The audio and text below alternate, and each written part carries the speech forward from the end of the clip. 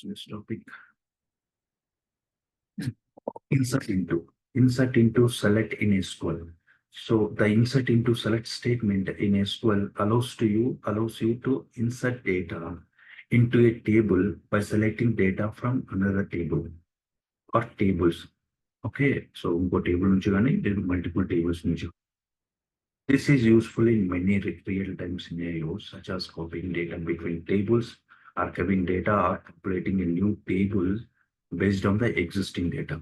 So, ఏంటనేది ఏం లేదు, the insert into select statement, insert into అనేది ఏంటంటే వేరే టేబుల్లోకి ఏదైనా ఒక కొత్త టేబుల్లోకి ఎగ్జిస్టింగ్ ఆల్రెడీ మన దగ్గర ఉన్న టేబుల్స్లో ఉన్న డేటాని కాపీ చేయాలంటే ఈ ఇన్సర్ట్ ఇంటూ క్వైరీ యూజ్ చేసి మనం యూజ్ చేస్తాము.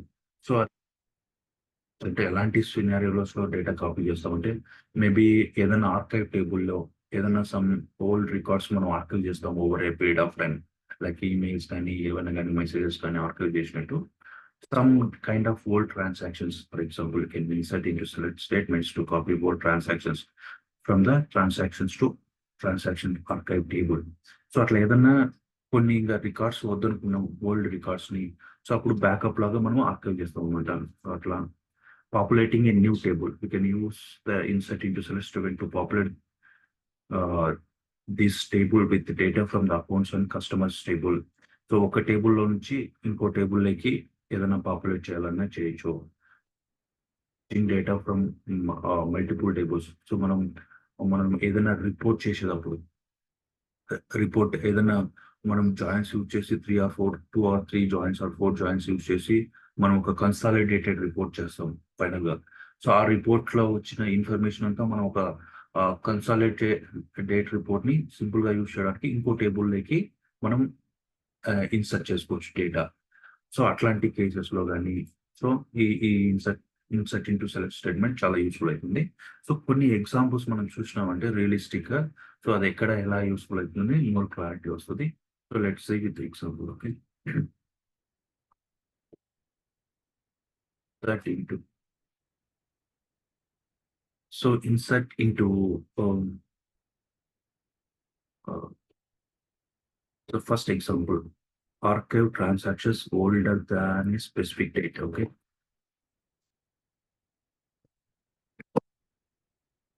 క్లియర్. సో ఫస్ట్ సింపుల్గా చూడండి, మనం ఎగ్జాంపుల్లో ఆల్రెడీ మనం చూసాం ఇక్కడ copying data. You can use the insert into select statement to copy old transactions from the transaction table నుంచి ఆర్కైవ్ టేబుల్, ట్రాన్సాక్షన్స్ ఆర్కైవ్ టేబుల్లోకి మనం డేటా కాపీ చేయాలి. సో ఒక టేబుల్ నుంచి ఒక టేబుల్లోకి. సో దానికి ఏం చేస్తాము అంటే చూడండి, insert query, insert into this is the new table name, insert into ఇదే ఒక టేబుల్. మనం ఇక్కడ చూడండి, మీరు అబ్జర్వ్ చేయండి, don't confuse here. Insert into this is the table name. మనం డైరెక్ట్గా టేబుల్ నేమ్ యూస్ చేసి ఇక్కడ ఆ టేబుల్లో ఉన్న కాలమ్స్ని స్పెసిఫై చేస్తున్నాం. ఈ ట్రాన్సాక్షన్ ఆర్కైవ్లో ఉన్న టేబుల్స్ని స్పెసిఫై చేస్తున్నాం. ఏమేమి ఉన్నాయి? Transaction ID, account ID, transaction date, amount, transaction time.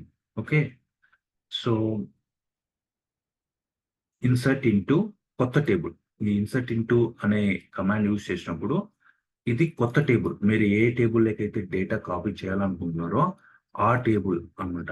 Okay, so ఆ టేబుల్లోంచి మామూలు ఓపెన్ బ్రేస్ పెట్టేసి అందులో ఉన్న కాలమ్స్ని స్పెసిఫై చేసి నెక్స్ట్ సెలెక్ట్, మీరు ఏ టేబుల్లో నుంచి పంపించాలో ఆ టేబుల్లో ఉన్న కాలమ్స్ని సెలెక్ట్ చేసుకొని, ఓకే, సిమిలర్గా దానికి మ్యాచ్ అయ్యేలాగానే ఫ్రమ్ ట్రాన్సాక్షన్స్ ఆ టేబుల్ని ఏ టేబుల్ అయితే సెలెక్ట్ చేసుకున్నారో ఆ టేబుల్లో, but specific కండిషన్తో.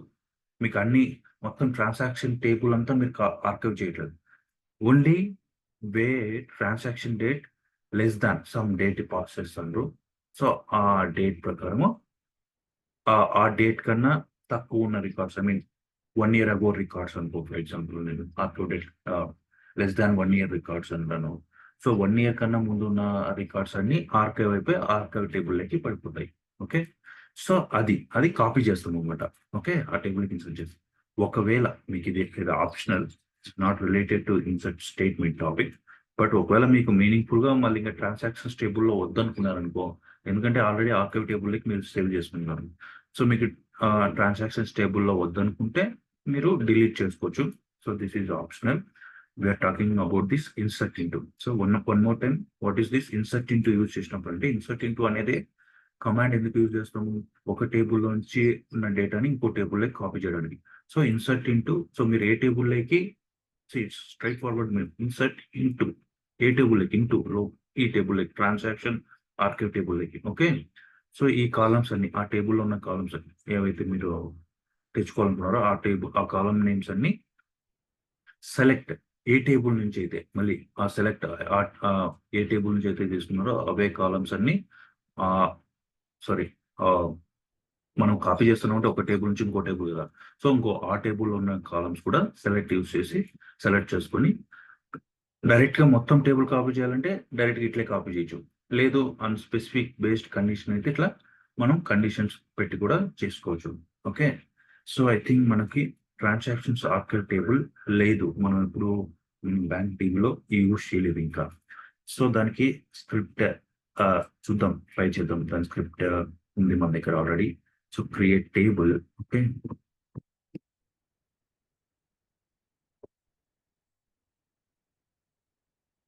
Create table transaction archive. So simple transaction ID ఉంది, account ID, transaction date, amount, around 5 fields ఉన్నాయి. సో మనం ఎగ్జిక్యూట్ చేద్దాం ఇది.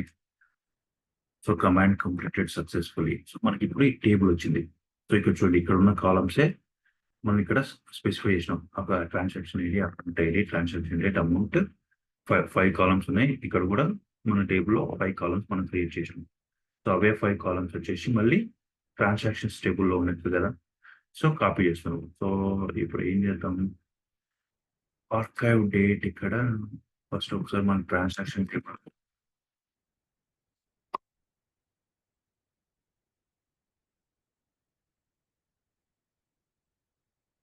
లేదా మనం కాపీ చేసేది. సో ఇది కూడా చూడండి, ఇక్కడ ట్రాన్సాక్షన్ ఐడి ఉంది, ట్రాన్సాక్షన్ ఆర్కైవ్ టేబుల్ కూడా అకౌంట్ ఐడి. సో సేమ్ గా మనం మ్యాప్ చేసుకుంటాం, ఎందుకంటే మనం ఏవైతే కాలమ్స్ కాపీ చేయాలనుకున్నామో కొత్త టేబుల్లో కూడా అవే కాలమ్స్ ఉంటాయి. బేస్గా that's straightforward, right?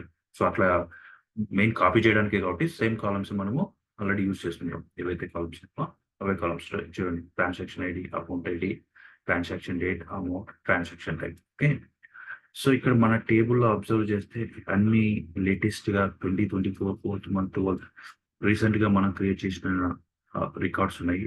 So నేను ఏం చేస్తానంటే transaction table some duplicate records, at least కొంచెం ఒక 6 months బ్యాక్ ఉన్న రికార్డ్స్ ఇన్సర్ట్ చేస్తాను. ట్రాన్సాక్షన్స్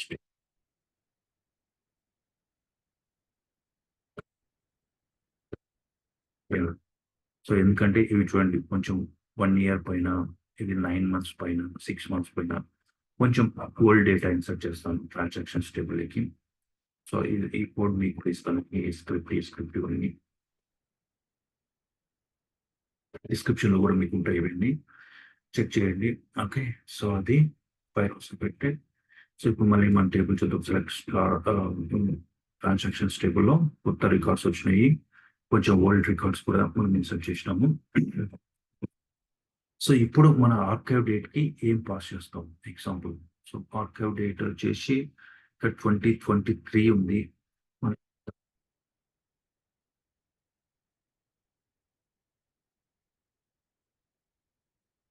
0101. ఓకే, సో 2024 కన్నా తక్కువ ఉన్నవి. సో మన దగ్గర 6 months కన్నా 8 months ఇయర్ ఉంది, 6 months ఉంది. So maybe will see how data will copy. Okay, execute చేద్దాం. డేట్ స్పెసిఫై చేసిన వల్ల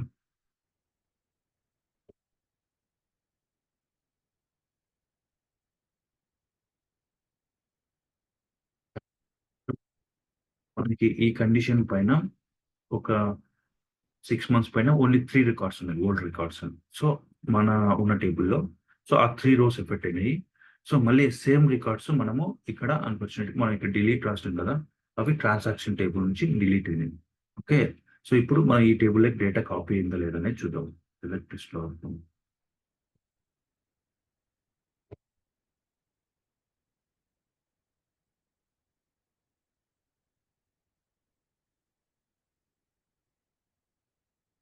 ఇది చూడండి, 1 2 ఓన్లీ 3 రికార్డ్స్ ఉన్నాయి. మనం ఇచ్చిన డేట్ కన్నా ముందు 2024-401 కన్నా 2023లో ఉన్న రికార్డ్స్ ట్రాన్సాక్షన్ టేబుల్లో ఓన్లీ ఈ 3నే ఉన్నాయి.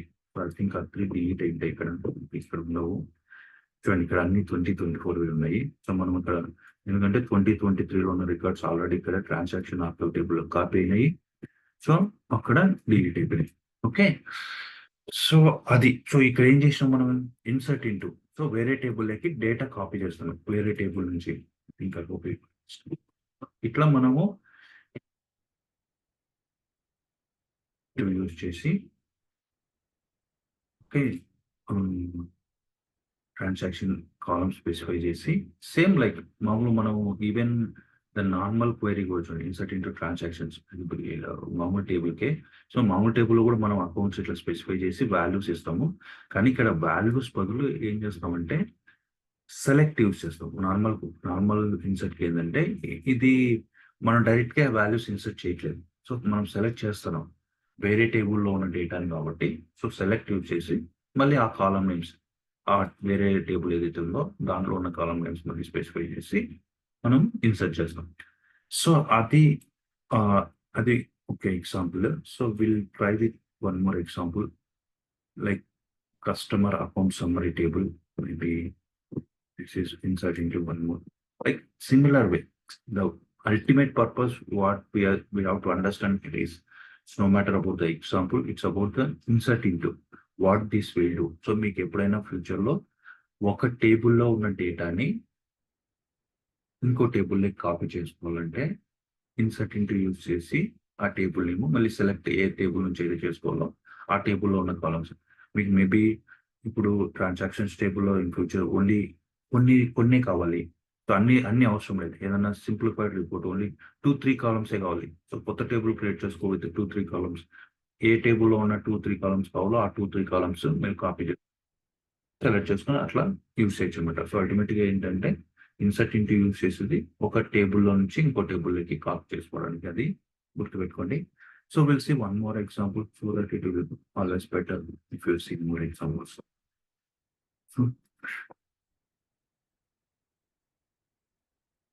So insert into customer account summary. So I think we don't have that customer account summary table. So we have to create that customer account. So ఇక్కడ ఏం చేస్తారు, టోటల్ బ్యాలెన్స్ ఒక కస్టమర్ది ఎంత balance ఉందనేది as total balance అనేది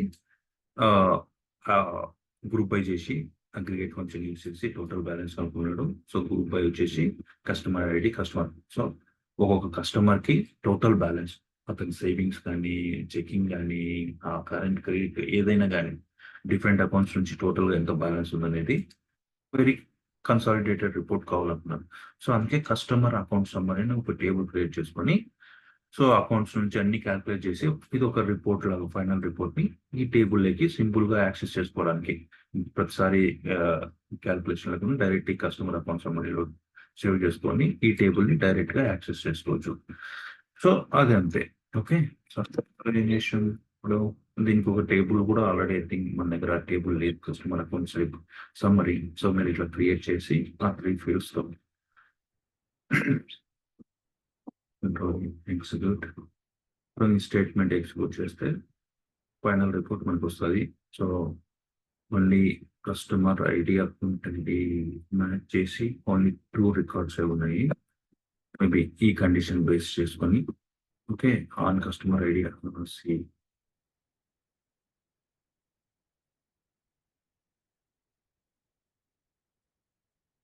check చేసుకోవాలి logic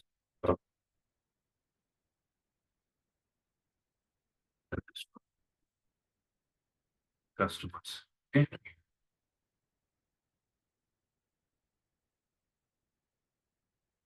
customer ID was C.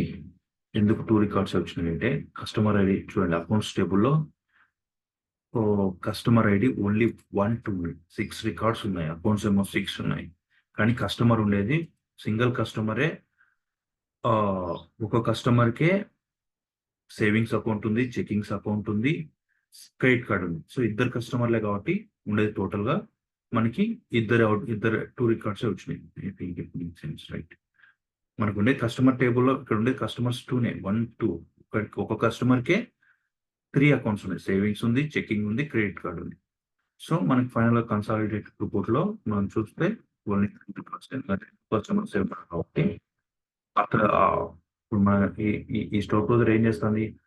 అతనికి ఈ 1 ఉన్న కస్టమర్ ఐడి తనకున్న అన్ని అకౌంట్స్‌లోని మనీని ఫైనల్ సమ్ ఎంతుందనేది మనం కన్సాలిడేట్‌గా టోటల్ బ్యాలెన్స్ చెక్ చేస్తాం.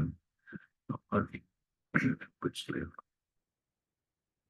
Select star from account summary. So only 2. So ఇవన్నీ ఈ కస్టమర్ ఐడి 1 టోటల్ బ్యాలెన్సెస్ అంతా కలిపితే కన్సాలిడేటెడ్ రిపోర్ట్‌లో టోటల్ బ్యాలెన్స్ ఇట్లా వస్తది. ఇవన్నీ చార్ట్ చేయండి.